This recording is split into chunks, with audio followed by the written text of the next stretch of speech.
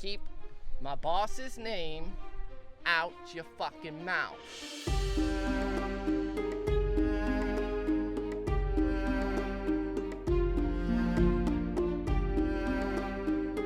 What up, and welcome to another episode of Brotherhood Without Manners, your favorite full spoiler reread podcast of George R.R. Martin's A Song of Ice and Fire series. My name is Nate, and I will be your host today, all by myself. I'm gonna run this whole show, and today, if you haven't joined us before, we'll be reading Davos. No, I'm just kidding, everybody. Zach's here too.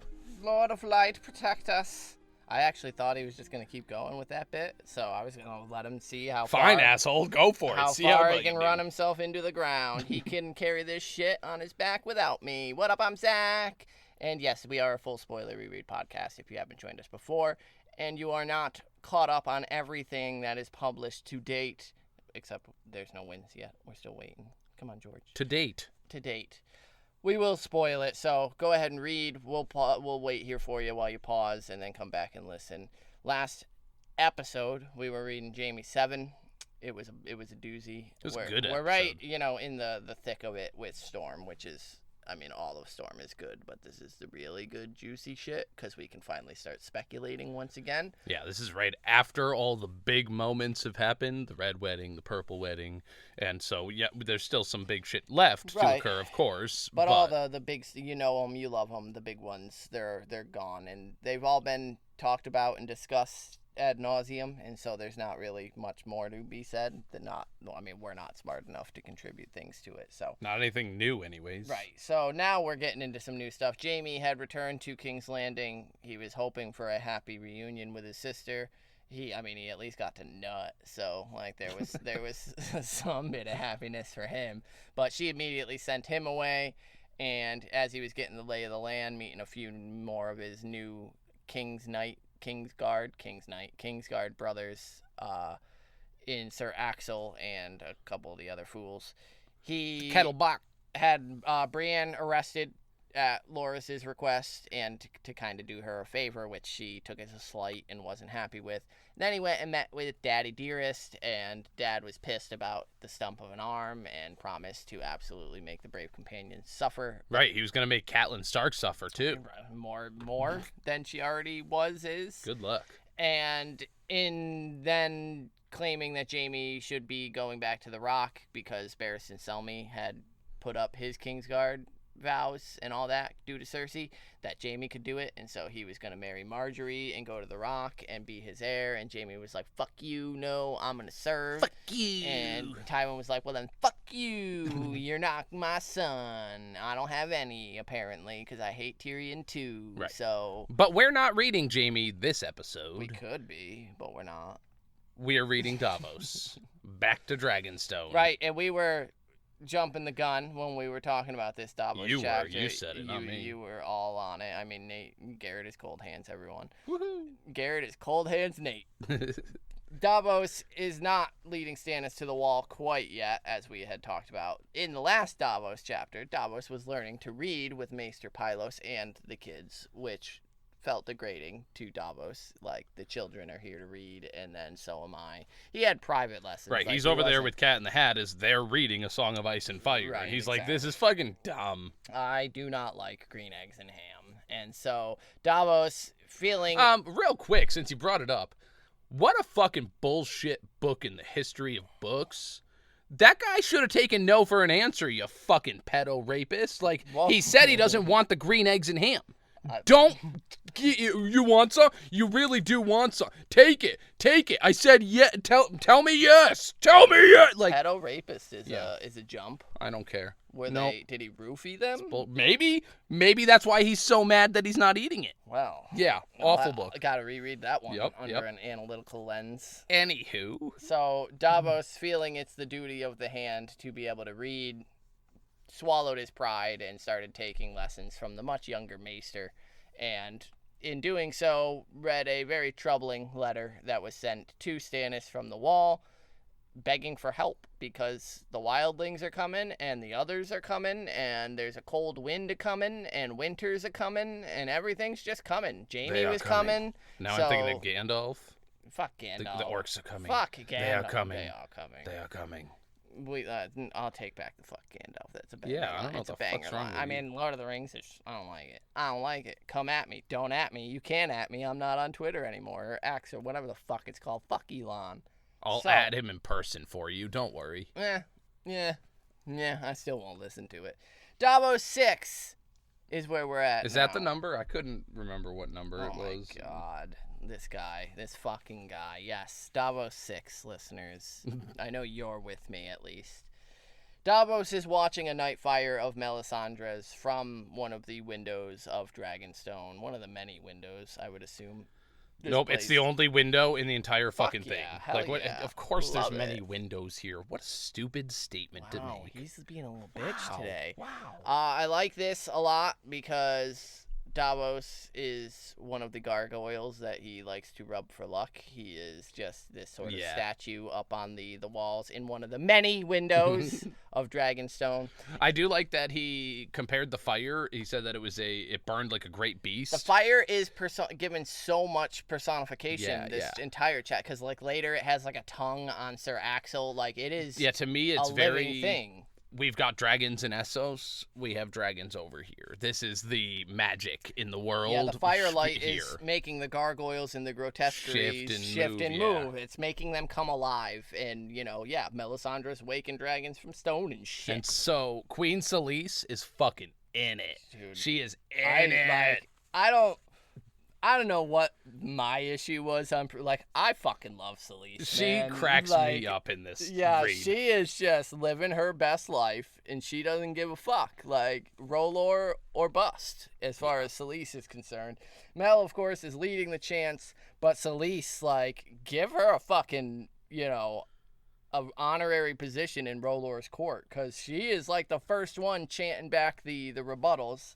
Stannis, not so much. Davos has the great line of he is with them, but not of them, which is just very interesting. That's also could be applied to Jon, could be at this point applied to Jaime.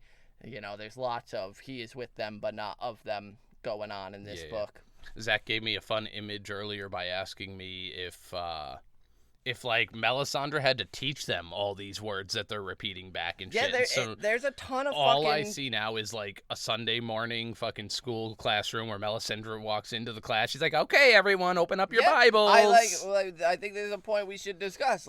There is so much fucking shit repeated, and it isn't just because we brought up Christianity, it's not just peace be with you, also with you, lift up your heart. There is a whole fucking litany that Selyse and the others are going much through. Much more akin to the Catholicism at funeral rites and shit that, where it's Mel is saying everybody a line, needs to repeat and then this they have their set things, but we are never shown we are never shown Mel instructing them in what to say back, yet somehow they're getting it all fucking right. And so I was asking, is there a Bible? Is there a bit of parchment? Because Nate was throwing out, They do this every night at sunset, is what we're told. The repetition. And so, to me, it's purely the repetition. Oh. That's you, dude. No, that's you fucking stupid little bitch. Who even... I don't have friends. Who's texting me? It's your ring. Oh, no, it's not. Nope. It's stuff for school for his kids. Yep, so forgiveness, I guess. He's still a little stupid Yes, bitch. but repetition, as well as we know that there are churches or religious centers in, Bravos and other places where the Lord of Light is more openly worshipped. And so I have to imagine that there is some kind of scripture somewhere that she was able to be like, here's the pamphlets. Do you have a moment to speak about our Lord of Light? I would just love to get our hands on that pamphlet, on the Bible, on the parchment that she handed to Selyse, and because at AA meetings and shit, they hand out the 12 steps so that way because they read them aloud, step so that way one, you can join read in. Step 1, you read step 2, you read step 3. There's hymn books at the churches where you can pick up the verses. I want Davos to get handed it and be like, no, thank you, I'm not reading aloud. I like to think that most of them they've sat there day in and day out. Selyse, I think, actually does wake up in the morning, goes and finds her Lord of Light Bible, and walks around fucking studying and memorizing each and every verse. Yeah. But I think most of them, it's just the repetition of it. Davos calls out, he specifically calls them the others, which I like. I agree. The others at the night fires. all answer Melisandre's calls fervently, but Stannis does not.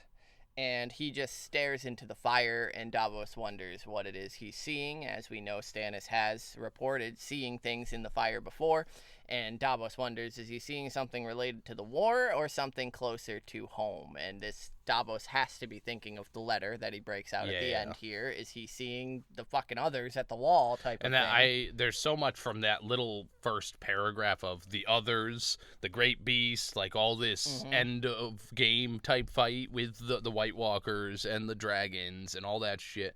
He also mentions that Stannis is with them, but he is not of them. Yeah, I already said that, bitch. I was going to elaborate, but I'm done with my point now. If you're going to yell, I don't even want to anymore. No, I didn't have any actual shit to add to I already covered the banger line because I said John, Jamie, there's lots of he is with them, but not of them. Sure, yeah. So he doesn't listen.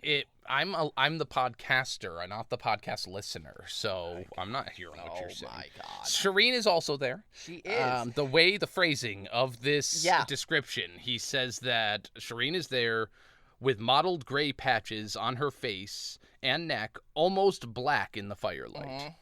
The fact that that description has both mottled, the patches with patch face, all these different things that can align with him. He's not in this chapter at all, patch face. Shireen ain't no fool. I still am, like, when they bring her up, everything leads towards him, and it's such a weird... I also like that it is not called out one way or another. Is Shireen praying? Is Shireen silent? Is she, obviously she's a little, I think, too young. Because, don't indoctrinate your kids into your faith, but that's a whole different issue. But, when I was too young to understand what it meant, I was saying the Lord's Prayer at the end of AA meetings that I would accompany family members to. Right. And so I would get it if Shireen was mouthing the things that her mother is. But Davos doesn't comment on that one way or another, and I'd just be very interested to know, is she taking more after Stannis and is just looking at the pretty Nightfire? Or is she taking after Mama Dearest and is just fucking vehemently like, Lord of Light, hallelujah. And so I like that. I mean, I'm curious. I don't like that Davos just kind of skips over it. And we're not told whether Shireen is engaging or not. She's just present. Right. And then just to, add a little more fuel to Zach's fire, her gray patches on her face and neck almost looking black in the firelight could definitely be some foreshadowing of her burning alive later in the future. So we can now move on from there. Davos notes that there's fewer voices and fewer faces around the Nightfire tonight. Of course, after the Blackwater went south, people aren't as devotee in Melisandre's nonsense because the Blackwater was supposed to be their great victory that she foresaw in the flames, and she lost a lot of credibility with Tyrion's trick, with Tyrion fucking them up. Right, and then we get, Mr. Religious himself, Axel Florent, shouting out his prayers so that the whole fucking world can hear. Yeah, this is where the fire is kind of making him bright, like a bit of tongue on him, Davos notes, which again is just giving more personification to the fire. That part kind of reminds me of the Sansa chapter, Tyrion chapter, with the Grand Maester being this big, bright figure as his obnoxious look, I'm not crown. Actually important at all, but look at me. Right, I'm lit up like it, and and he's one of the louder voices. He's right there with Selyse, where it's Axel and her kind of being the two leading the charge. And 100%, he's lit up by the flame. And, Mel has the great fucking quote later of, he kind of ain't seeing shit. Yeah, and I want to bring that up to bring it back around to Davos talking about Stannis. Axel will probably be thanking me after tonight because he'll get his dream come true. He'll get to be hand if shit goes south and I get beheaded, which probably is likely. And so Davos thinks that, he was always taught by the Septons to pray to the Father for strength and the warrior for strength. To the seven, for which purpose his is gods. Needed. And tonight he's praying to the mother to keep his little boy Devon safe because Devon also is down there in the fervor. And Davos is hoping this doesn't blow back on Devon, what he's about to do. But Sir Andrew Estermont tells Davos that it is time, and Davos is like, shit, you right. Like, I'm getting caught up in watching it, but they'll be here for at least an hour, maybe a little more, because they do this every day at sunset to basically thank R'hllor for the day and beg him to bring the sun back in the morning. Very old school, like that's the way it happened in the real world too. People used to worship and thank the sun and pray for it to come back when they didn't understand that it was a oh god, it's gone, cyclical orbit that happened on a cycle before we understood the way the world worked. Before we knew that it was flat. Yeah, 100%, right. This disc of ours. Yeah, and so I do like the way that he compares them to the ocean by saying that a smuggler must know the tides and when to seize them. Right. This is his opportunity. Right. Yeah. He needs to make sure that it's fun. It's that, seize the opportunity, but in smuggler tongue. And it's also disparaging because that's all he is. He thinks is a smuggler, not a lord. Because, the I've risen too high, too fast is ever present in Davos chapters. He does reach for his lucky knuckle bones, which he remembers aren't there. I fucking hate that for him. And I don't know why, but I never am okay with the fact that he lost them in the Blackwater. To me, there's a lot of... It's fun because you mentioned the gargoyle that he pets. He's such a superstitious guy for someone who doesn't believe in the Lord of Light with the active magic he's seen. And it's not necessarily that he doesn't believe it. It's that he doesn't believe that R'hllor is good. Yeah. And so for him to... You don't need the luck, Davos. You are the luck. You make your own luck. You bring the luck. Yeah. So it is sad to see him with that muscle memory of where's my luck? And him feeling so empty. You know it. He does. Yeah, this scene, Davos and company, they head out to their business. This reminded me of lately I've been big into Severance. Nate and I both enjoyed it quite a lot. And there's lots of very fun little cuts of the Macrodat team doing this badass little walk down the hallways, and it's all four of them, and that's just what I picture here with Davos and his crew. We'd get the very slow pan of them walking the halls of Dragonstone, and Davos thinks that they're good men all, and by tonight they could all be dead if their night's work went wrong. Yeah. And so we get this really interesting passage. I love this because I don't remember this ever. Fire is a living thing, she had told him. The Red Woman had told him when he asked her to teach him how to see the future in the flames. What? Yeah. Full fucking stop. What? When did Davos... Why did Davos? So what the fuck? Clearly at some point since, the being released from prison and all that shit because he was going to get yacht. I feel like it makes sense considering he just started asking to learn to read.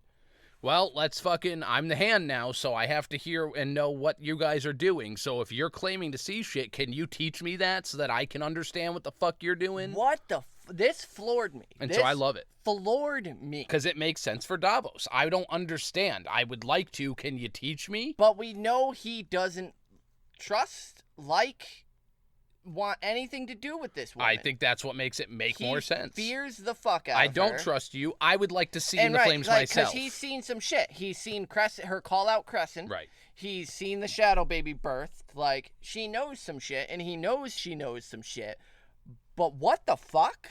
Him asking, can you show me how to see things in the flames is wild sauce. And it's just... I don't see why you think it's so crazy. It's fucking breezed over because that's monumental. The fact that they had a dialogue like this where she's being pretty fucking open too. Well, they do that a lot with those two. It's always this honest, him accepting you're doing some weird shit and I can't act like it's not true. His fear and her of going, her you give honest opinions. Has always kind of made him keep her at a distance, rightfully so. He fears her. He respects her in a fearful way. And so the fact that it's not like going to, a younger man in Pylos and being like, hey, I need to learn to read.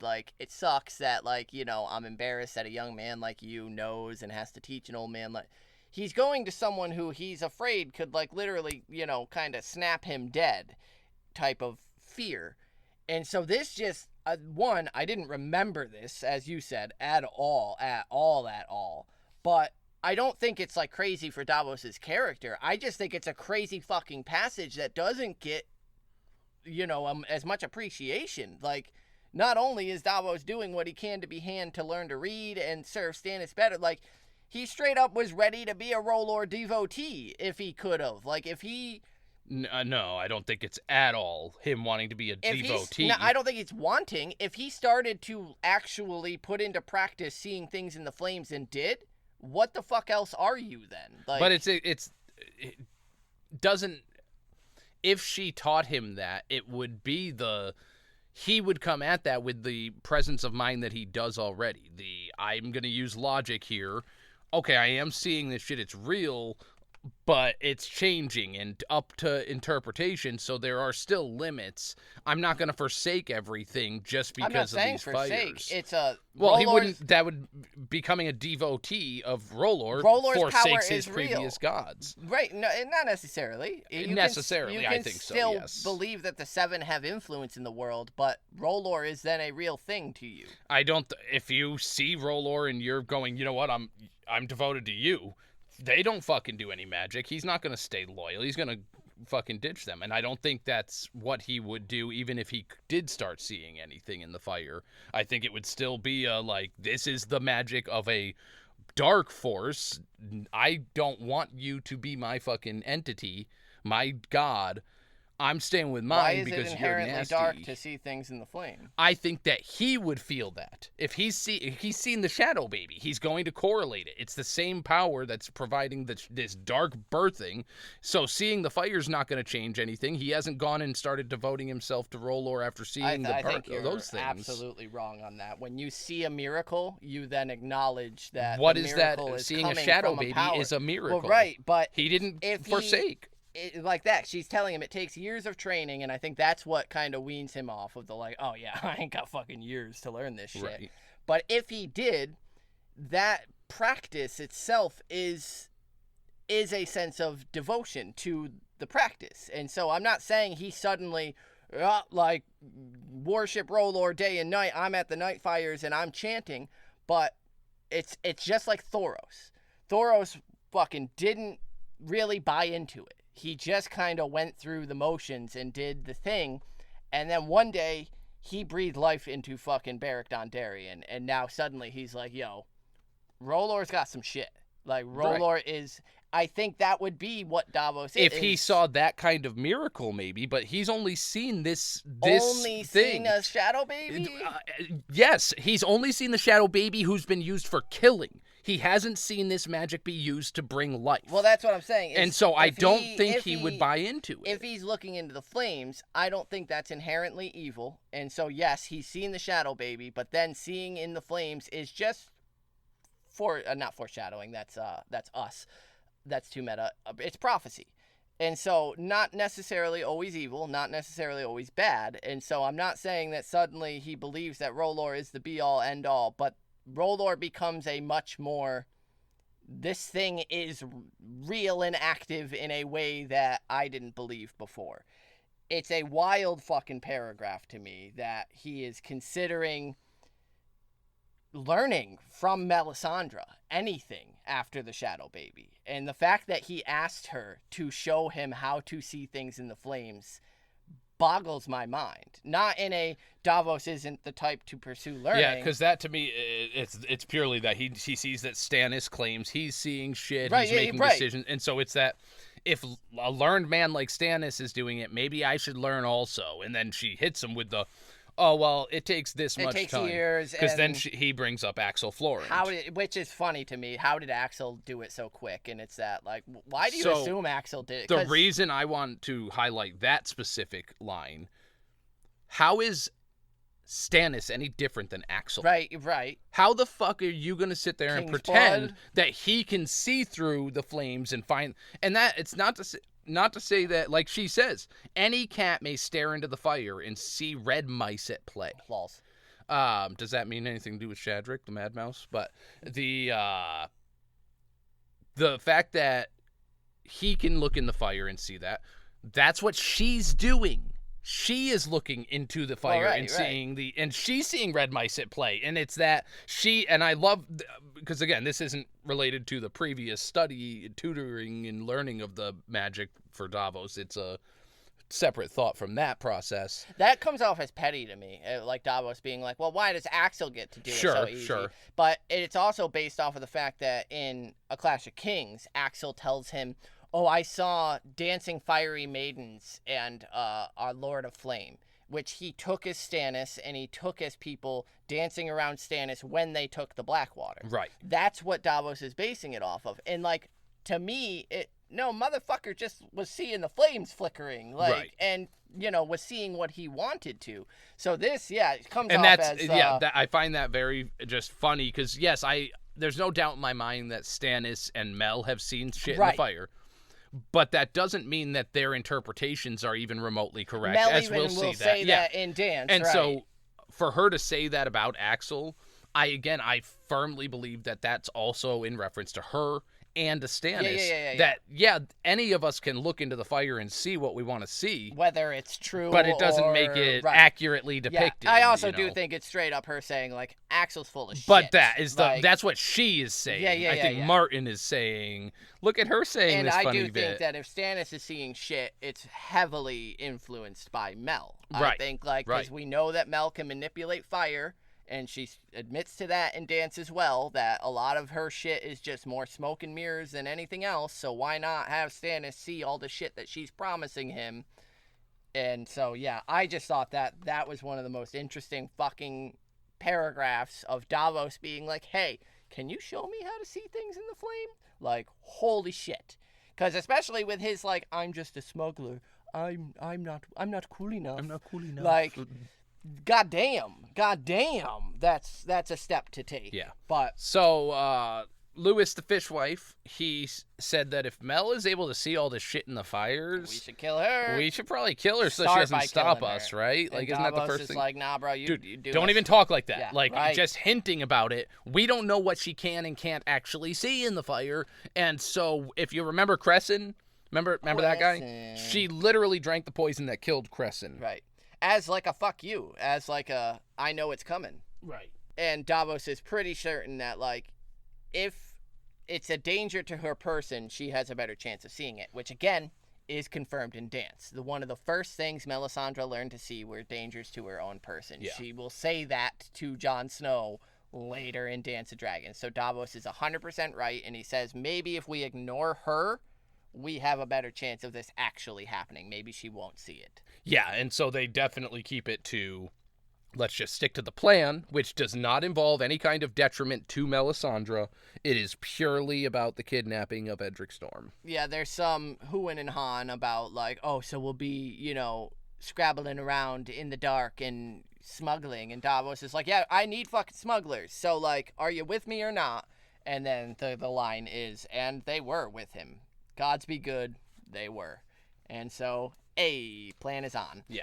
Pylos is leading Edrick Storm through some sums they do in math. Long division, hate it.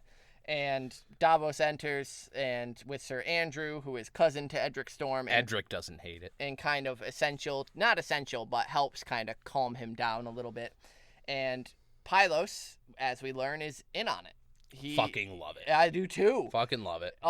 Immediately, Pylos is like, go get your coat, buddy. Like, bundle up. Hey, it's cold pal, out look, there. our friends are here. I'm gonna have you take a walk with them. Why don't you go get your jacket? Yeah. Andrew says that he hated sums when he was his age, and Edrick Storm rebuts by saying he doesn't mind them so much, but he likes history best. It's full of tales, and I just love that, because, like, you in one now, buddy. You in one now. It makes me wonder if in the future he's going to be a lot more like Stannis in the tactical nature of things because he's so learned in history and the past mistakes. Yeah, I'm hoping and thinking that he'll be a mix of Robert and Stannis. Yes. Like a prolific fighter, but a great tactician, a great, Justicar. And so, yeah, they kind of give him the rundown of, like, you're getting ready to go. Yeah, so he is immediately like, where are we going? We're not going out to the fires, are we? Because I ain't praying to that shit. Right, like, I'm a warrior like Dad. Yeah. Let's go, Dad. Baratheon. And he's just, and I love that he is anti-Lord of Light. Yeah. Absolutely not. Which leads me to believe that Shireen was not down there praying. Right, sure. only because of this. They are good friends. Right, and they're talking about what's going on Dragonstone all the time and being like, yeah, that Mel bitch, she's kind of weird, so right? I think that Shireen holds similar similar to Sansa. Edric then dons a cloak, a hooded cloak, and I just like that similarity here of, another person being spirited out of a castle and under secrecy. And so he asks if Pylos is coming with, and Pylos is like, no, my place is here. And Davos is like, respect. Because Pylos could absolutely find his head on the chopping block for this as well. And so they begin to head out, but Pylos reminds him, listen to Davos. What did I tell you about the hand of the king? And Edric says, the hand speaks with the king's voice. Right. And so, there you go. So, when they make their way down, they run into Gerald Gower. And that leads Edric to ask, where are we going? Right. Like, if because they're like doing handoffs of like this person's waiting at the gate, the door to let us out, and Edric's kind of like, what the fuck? So he explains, you're going to a boat. A ship. A ship. One of Sala's ships, because, Sala's a homie of mine. And Andrew Estermont's like, I'm going with you. There's nothing to be scared of. And Edric's like, I ain't fucking scared. I'm not scared. I just, what about Shireen? Is she coming? Very Arya to me. I'm not scared. Well, right. And, he's, he's the blustering little lord. So, no, it's not fear. But I do like that, he's asking about Shireen. Right. And Davos is like, no, unfortunately, if I could, trust me, I'd get Shireen out of this fucking shit show too, but no, her place She's beyond my purview. Her place is with her mother and father, the king and queen, right now. So he gets mad. He's like, dude, no, fuck this. I want to talk to Stannis. Excuse me. I want to talk to Stannis. Let's figure this out. And Davos raises his voice. Yeah, well, because Edric is like, I want to see Shireen then. I have to say my farewells, and she'll be sad otherwise. And Davos thinks, not as sad as if she sees you burn, which I hate it, but we might have to flip that. Yep. Maybe Edric sees Shireen burn in the future. And, if Edric Storm ends up being anywhere around for that, it's going to break my little heart even more than it already will. But yes, Davos has to raise his voice and basically be like, look at what Stannis did to me, bitch. You see what happens when he gets angry? And shows him his severed hands. And Davos actually, in his internal monologue, is like, actually, there was no anger in it at all. Just a cold justice. But, he's trying to scare the boy. Right. Which does. And so Edric relents and decides to go. Because Davos says, he doesn't want to see you. Your uncle is basically, he's doing the air bud. He's throwing rocks at you and telling you to go. You wouldn't like him when he's angry. Go away. And so, the Bastard of Night Song joins them at the cellar door, and they walk across the shadowed yard under the stone tail of frozen dragons. Yes.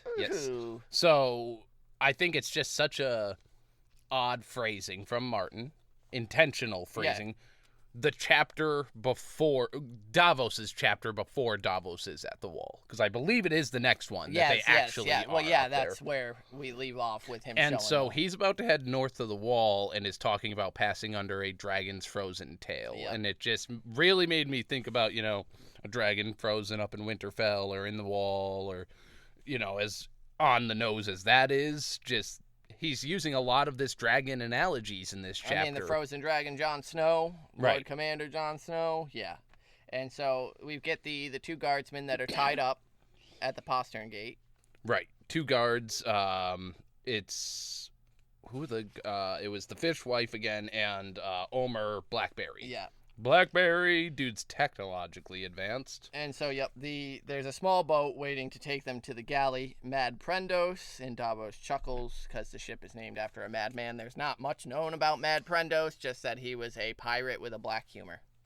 That's what we got, and Sala named a ship after him, so, LOL, I guess. And so he takes his leave of Edric. He says they're gonna row you to the galley, then it's off across the sea. I know you'll be brave, and tells him to think of it as an adventure. It's the start of your life's great adventure. And they do the May the Warrior defend you, and May the Father judge you justly, Lord Davos. Edric returns, and he follows Sir Andrew out, and they go. And Davos, has a moment with, may the Father judge me justly. Oof. Right. But it's Stannis' judgment that he's got to contend with now. Right. And so he tells them to cut the guards loose once he's off on the ship and free and safe, and then makes his way back up to the castle. Yep. So Davos pulls his glove on, wishing he still had his luck, and thinks that he was a better man when he had those bones, which I just think is interesting. Before the pre-Blackwater, he was a better man, he thinks. And so Dragonstone never seemed so dark and fearsome to him, which, of course, now he's carrying a secret, and he's expecting Melisandre to, leap out of a shadow and be like, I fucking knew it! Ha-ha, gotcha!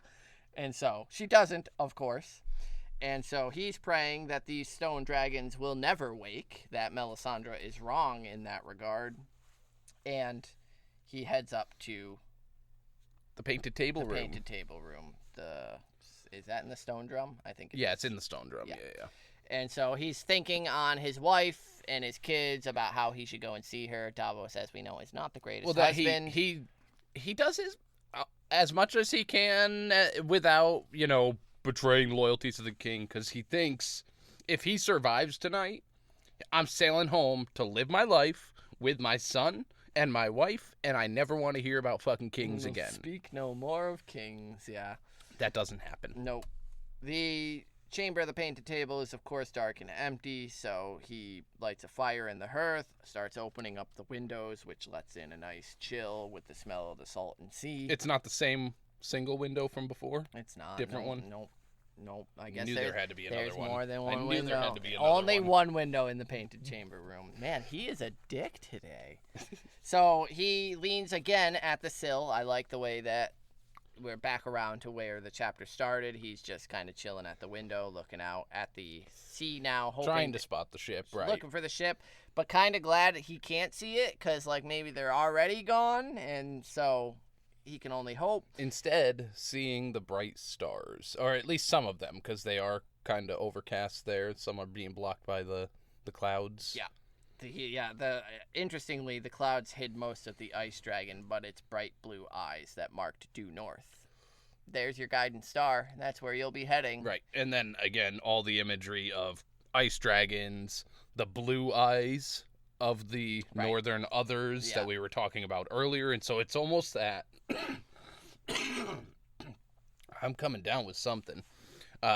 It's that when he was looking out at them in the flame, doing their sermon, it was almost like that was him seeing the flames and seeing the others up north of the wall, and everything keeps pointing him towards, go that way. Well, I legitimately think that's what Stannis was seeing, was the others, when he was just zoning out in the fire. Sense. And so now Davos is kind of getting that same message, but through his smuggler stars, as he calls them. They were his old friends. I also just want to point out that there's the Crone's Lantern, the 4 bright stars that enclosed a golden haze, which is just an interesting, guess he's seeing another galaxy or some sort of nebula up in the night sky, but it is enclosed by these 4 bright stars. That's just a fun celestial body. But when he, looks down, what is also cool about that is the Melisandre is the crone. She is this old haggard. Well, we don't know that. That's a show. Oh, well, sure. Yeah, we don't know actually how old Mel is. True. We know Melanie Lot 7, but we don't know what that means. Don't watch the show. You'll get confused. Yeah, and so we don't know that she's an actual crone. I don't think you're wrong in that thinking that, I do think that she's older than, is letting on because of glamours and all that. But he then kind of, looking at the dragons and the black shadows, thinks that this was their place, a place of dragons and dragon lords, the seat of House Targaryen, and the Targaryens were the blood of old Valyria. All this Targaryen talk before we're going to meet one of the last couple with Aemond and Jon Snow at the wall. Yeah, so eventually he does start hearing Mel and Stannis coming up. Mid-convo, Stannis arguing. Is saying, is not 3, and Melisandre saying cryptically is 3 is 3. And that she swears she saw Joffrey die and heard his mother's wail, which I just love that Cersei's wail was one of the notable bits of the Purple Wedding, and that's something Melisandre heard, interestingly enough. So here's where I think she's fucking lying and didn't see it in the fire. Sure. I think that while she does, I do think she does see things in the fire. I think this is she got reports from like some Varys people or something. How do you hear from the flames? You see in the flames. You don't hear, do you? I don't know. Because, I mean, she does talk about hearing snow, and like... Yeah, and so to me, this one specifically is more of a... She got the information and is now using it to... No, I saw it in the flames. I heard it in the fire. Yeah, and I think it's interesting that as they're coming through the door together, Stannis and Mel, Stannis says, the flames are full of tricks. What is, what will be, what may be. You cannot tell me for a certainty. So... Again, reiterating what Mel herself told Davos, that not everything is certain, right. And he's throwing that back in her face, and then Davos kind of steps forward and is like, hey, and he confirms, interestingly enough, that Mel saw it true, Joffrey is dead, and Stannis is not at all surprised to see Davos here, interestingly, and... Davos tells him it was choking on his food, a morsel of food, or he was poisoned, and Stannis is like, do we know who the culprit is? The imp. The imp. And then I do like that he doesn't dispute or agree with Tyrion having done it. Just admits that he is a very dangerous man. I learned that on the Blackwater. And he asks how they came to hear this report. And it's that the Lyseni still trade at King's Landing. And so he heard it from Salladhor Saan. Sala is the mouthpiece for this info. Probably the exact same time that he was passing that information to Davos. Davos was working on making a deal with him to get a young bastard on his ship. Yeah. So we then get this fun little story about Joffrey. About how... You don't fuck with cats, man. The kitchen cooks had told the young prince that one of the kitchen cats that they would feed scraps to had little kittens in her belly. Yeah, maybe he wants one. Because maybe the young prince would like one. So Sweet he opened her up with a dagger to see if it were true, and then brought one of the, fetuses to Robert. Brought the package to his dad, who slapped the shit out of him. I don't think it was a slap. I think this was a punch to the chest. Because it said he hit him so hard, Stannis thought he killed him. So I straight up think he punched him in the chest. I took it as a straight, open slap hand, to the ground, face to the mouth, flung him, launched him with it. Yeah, Robert hit the boy so hard I thought he killed him. Open to interpretation, I took it as a chest punch that just knocked the wind out of him so long that he just fucking laid there Yeah, because it reminded me of the Cersei slap. Yeah. When he gets pissed, he fucking, what? Blah! And fucking, yeah. But, yeah, that's a oof. And so, Dwarf or Leech, this killer served the kingdom well, he thinks. So, Stannis is like, yeah, Joffrey's a fucking psychopath. And then stupidly, he's like, they'll must call for me send now. for me. And Melisandre's like, he's got a little brother. He's got a sweet little brother. And Stannis is like, Tommen, right? Even though he is a little sweetie, even Stannis is like, he's softer-hearted. He's still a product of incest, so he's an abomination. Right. And Westeros needs a man's hand, not a child. Or, maybe a queen's, maybe Daenerys, just saying, maybe a woman's touch is what's needed finally for Westeros. Doubt it. I mean, I would like that, but Jon Snow probably. And so Melisandre's like, Sire, give me Edrick Storm. I can fix your problems. We'll make it happen. And then, she says, give me the boy. And Davos is like, Edrick Storm. And I know his fucking name. I know his name. I've had enough of this. And then turns on Mel and is like, you swear this is the only fucking way to do it, because I swear to God, you shall die by inches if you lie to me. Give me the boy, and I will give you a kingdom. Yeah, you are who must stand against the other, the one whose coming was prophesied 5,000 years ago, yada yada, the red comet was your herald. And so Davos is like, but you can't have him. I love it how he's like, listen, great idea. I'm super with it. Let's do this. But Edric's gone. Yeah. He's gone. And then I like this line. Davos watched Melisandre's pale, heart-shaped face. He saw the flicker of dismay there, the sudden uncertainty. She did not see it. And so even Mel's like, she's doing the blink, meme. Yeah. I'm sorry, what?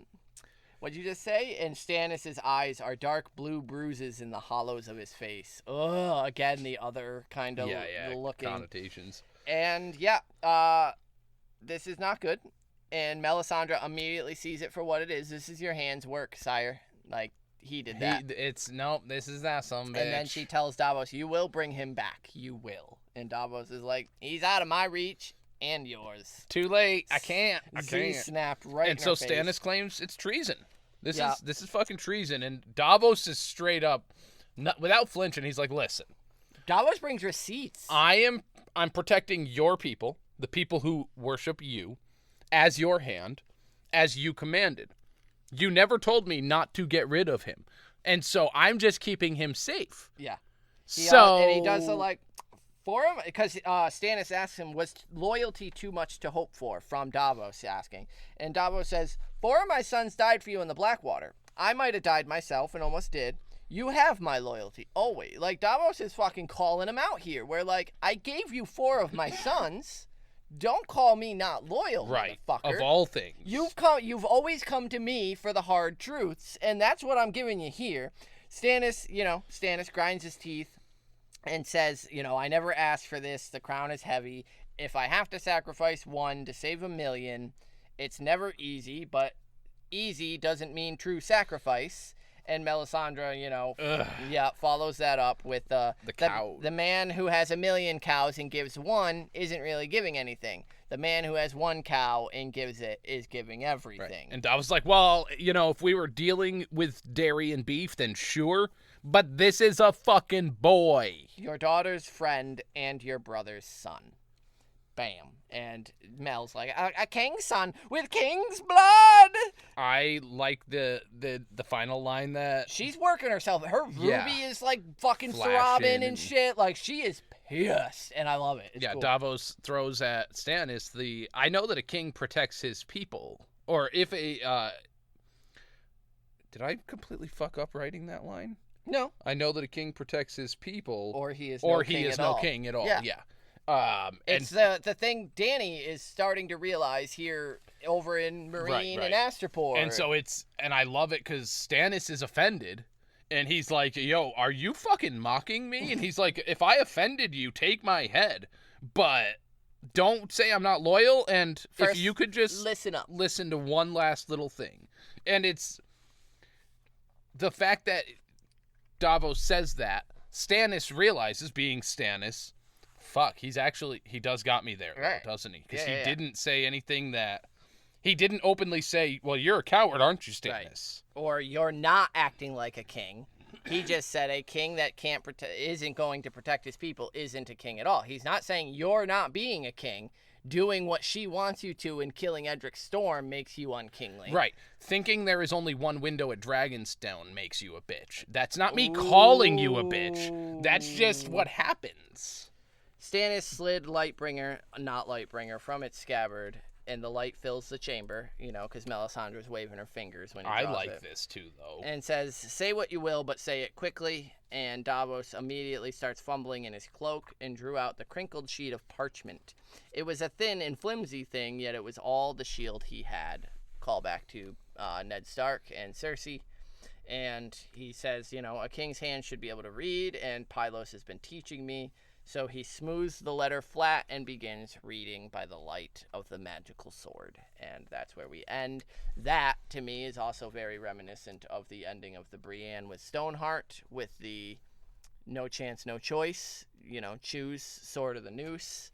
It's a nice little cliffhanger because we don't, you can infer what Davos is reading, but we don't really find out until next chapter what Davos is reading. But he's reading him the plea for help from the Night's Watch, right, which helps emphasize the point of a king must protect his realm or he is no true king at all. Which is, again, why I thought it was such a neat phrasing from Davos with that, putting Stannis' kingship into question in his own mind, making Stannis question that and question it based on the things that Davos is now going to try to get him to act upon. Hey, if I didn't say, hey, if you won't protect your people, are you actually a king? By the way, you kind of need to go up north and protect your people, because everybody's fucked otherwise. Yeah, because Stannis is basically fucking Davos' god, so... Right, pretty much. Yeah. Hot dog. That's a damn small, short chapter that just had a lot of punch in it. A lot of little stuffs that just... Yeah, it's a great one. It's good. It's a nice segue into Jon up north. Edric's gone now. He'll be maybe coming back one day. We don't know. So, but yeah, they will be heading north now. Finally, Stannis decides to listen to his hand. Even Melisandre will see the reason in listening to his hand, as, otherwise she would have recommended he take his head. But, right. And so we also will be heading north. As I mentioned, next chapter we'll be reading is a Jon chapter. And so I'm looking forward to it. I don't even know which one it is. I haven't even fucking cracked the book yet. Dead, but so... Yeah, it's after the Battle of Castle Black. Right. And so it's gonna be fun. It's gonna be fun. Jon has to go treat with Mance. Does this is this at the end of that chapter is the arrival of Stannis' army? So. I think is what's happening. I believe so, because last time we called out Davos going north for this one, and right. It wasn't that one. So I think it ends with they were chanting Stannis. It's so funny because it's not like they can teleport to the wall from Dragonstone, but fans of the show threw such a fit about people traveling. All right. Yeah, I need to get out of this booth before he fucking gets me sick. I know. Yeah. I mean, he's already making me sick, but that's true. Then we'll catch them. Oh, if they want to email us, they can send us an email, withoutmannersbrotherhood@gmail.com. Rate us, review us, subscribe to our YouTubes, do all the stuff that you should do that you don't. We know we don't either. We'll catch you on the next one. Bella de Harris. Peace.